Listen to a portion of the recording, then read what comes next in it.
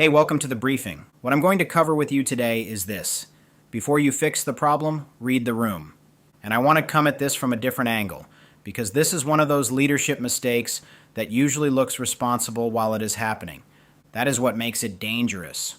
A problem shows up, the complaint comes in, the deadline slips, the handoff breaks, somebody is frustrated, the number drops, the customer is irritated, the team is waiting, and the leader feels the pressure to fix it. That part makes sense. Nobody wants a leader who just stands there while the issue sits on the floor. Nobody wants the person in charge to look confused, frozen, or disconnected. So the leader moves. They ask a question, they correct somebody, they send the message, they tighten the expectation, they push the team, and from the outside that can look like leadership. But here's the part I want you to sit with.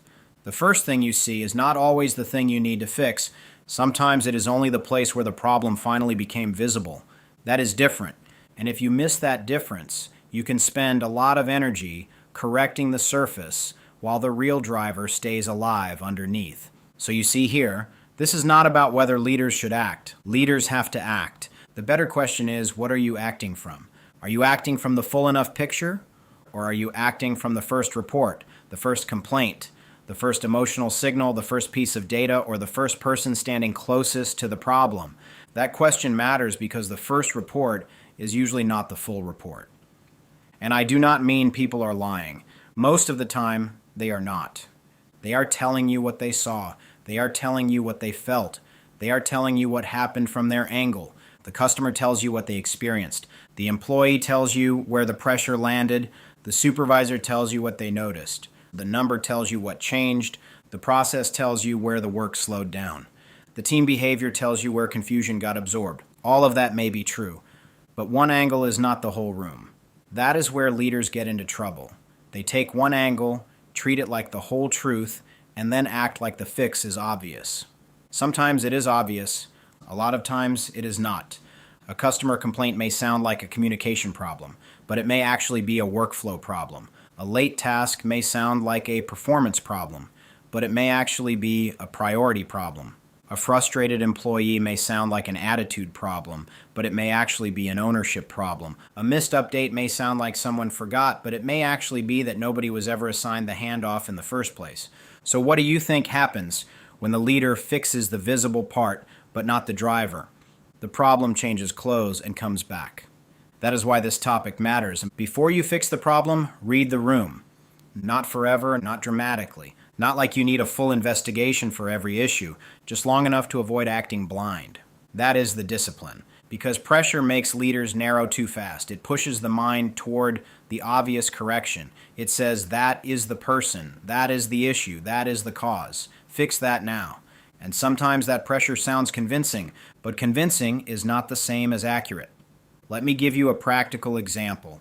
A customer complains that nobody kept them updated.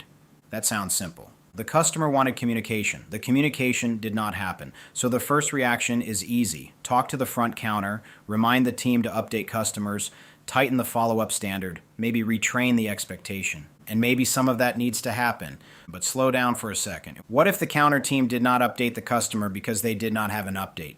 What if they did not have an update because the shop never moved the status?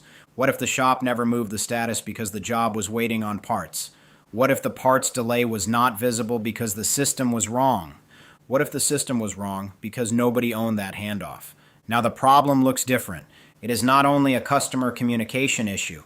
It may be an ownership issue. It may be a workflow issue. It may be a handoff issue. It may be a visibility issue. And if the leader only corrects the person who spoke to the customer, the team may sound better for a day, but the real failure point stays untouched. That is where leaders accidentally create performance theater. People start saying the right things. They look more compliant. They repeat the new expectation. They may even sound sharper in the moment, but the work underneath has not changed. And then the same complaint comes back. Different customer, same pattern. Now the leader is frustrated because they already addressed it. But did they address the driver, or did they address the part that was easiest to see? That is the question. And like you have probably seen this in your own environment. A reminder goes out, a quick correction happens. Somebody says, we talked to the team, then a week later, the same issue shows up again. That is not always because people ignored the leader. Sometimes it is because the leader corrected the symptom and never found the source. That is a read problem. Now take another situation. A new assistant manager is struggling. They miss details, they ask repeated questions, they hesitate before making decisions. When pressure rises, they seem unsure. The easy read is confidence, so the easy correction is coaching. Be more confident, take ownership, make the call, stop second-guessing yourself, and listen. Confidence may be part of it, but what if confidence is not the main issue? Were expectations made clear? Were they given a real working standard, or just verbal direction? Do they know which decisions belong to them? Do they know when to escalate? Are two different leaders giving them different instructions? Are they being held accountable for outcomes without having control over the process? That changes the read. Now, the issue may not be confidence. It may be unclear ownership. It may be mixed direction. It may be weak standards. It may be that the person is not hesitating because they are incapable. They are hesitating because the operating picture is blurry. So what happens if you keep coaching confidence when the real issue is clarity? You create frustration. You tell the person to be stronger, but you do not give them anything stronger to stand on. And that is where leaders have to be careful. Sometimes people do not need more motivation. They need a clearer read of the work. They need cleaner ownership. They need the standard in plain language. They need to know what decisions they own, what decisions they escalate, and what done actually looks like. That is not weakness, that is structure. And leadership owns structure.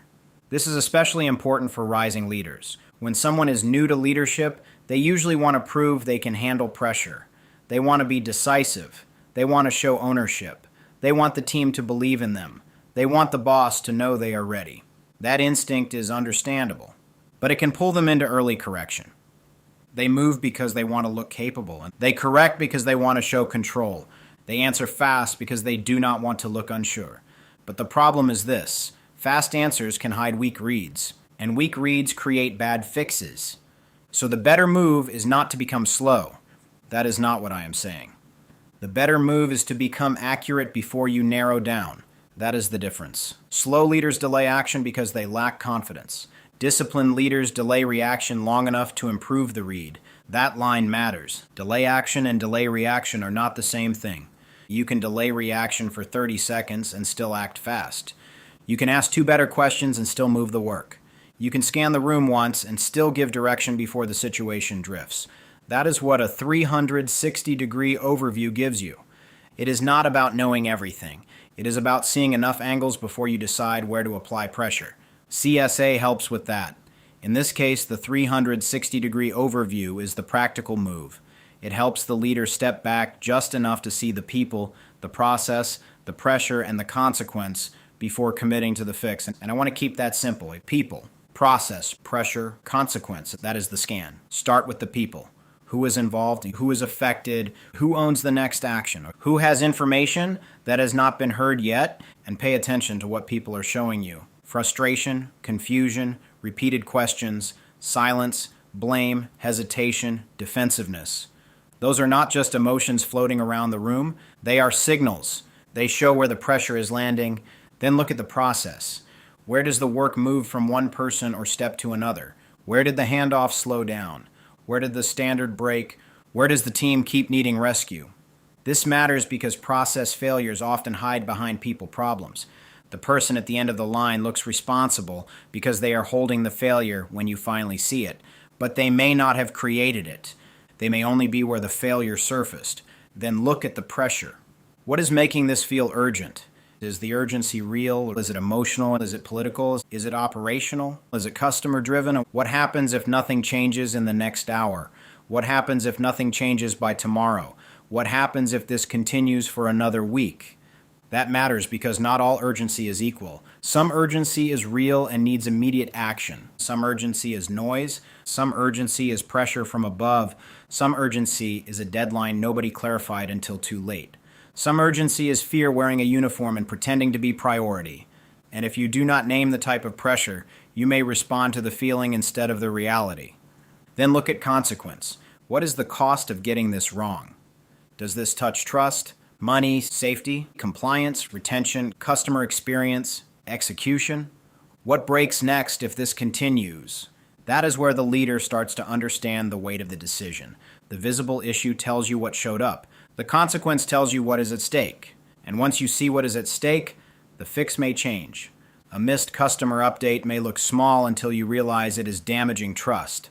A repeated handoff miss may look routine until you realize it is creating rework every day.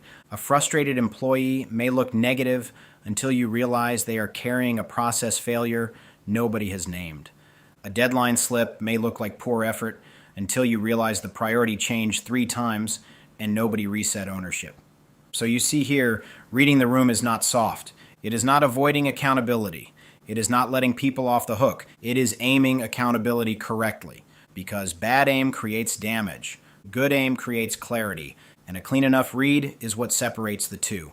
Now this is where I want you to check your own pattern. Where do you usually move too fast? Do you correct the person closest to the failure? Do you assume the complaint explains the cause? Do you send the update before you understand what changed? Do you treat urgency as proof that the obvious fix is right? Do you call it accountability when it might actually be a reaction? That last one is important. Accountability matters, standards matter, ownership matters, execution matters. But accountability without a clean read can become blame. And blame does not create better information. Blame creates protection. People get careful. They get quiet. They wait to be told. They stop raising friction early because they do not want to become the target. And when that happens, the leader gets less truth the next time pressure rises. So the read gets weaker, the reaction gets faster, and the problem gets harder to fix. That is the cycle, and that is why the pause matters. Not a long pause, not a passive pause, a disciplined pause, just enough to ask, what am I looking at right now? Am I looking at the driver, or am I looking at where the driver finally showed up? Am I looking at a people issue or a process issue? Am I looking at actual urgency or emotional pressure? Or am I looking at the whole consequence or just the visible mess? Those questions sharpen the move. They do not replace the move. The goal is still action. The goal is still ownership. The goal is still execution. But leadership is not just action. Leadership is action based on a clean enough read. So here is the practical takeaway. Pick one issue you are dealing with right now. Not the polished one, the real one, the one that keeps coming back, the one that keeps irritating the team, the one that keeps showing up in handoffs, updates, complaints, rework, or missed expectations. Write down the first visible issue and then ask, what else could be contributing to this? Look at the people. Look at the process. Look at the pressure. Look at the consequence. Then ask the question that exposes shallow action. If I correct the obvious issue and nothing else changes, does the problem come back? If the answer is yes, you probably have not found the real driver yet. That does not mean you ignore the obvious issue. It means you stop treating the obvious issue like the whole issue. There is a difference, and that difference is where leadership gets sharper, because pressure will always push leaders to move. That will not change. The discipline is learning how to move without being controlled by the first symptom. Read the room, read the system, read the consequence, and then act. Before you fix the problem, make sure you understand what problem you are actually fixing. Thanks for listening to the briefing.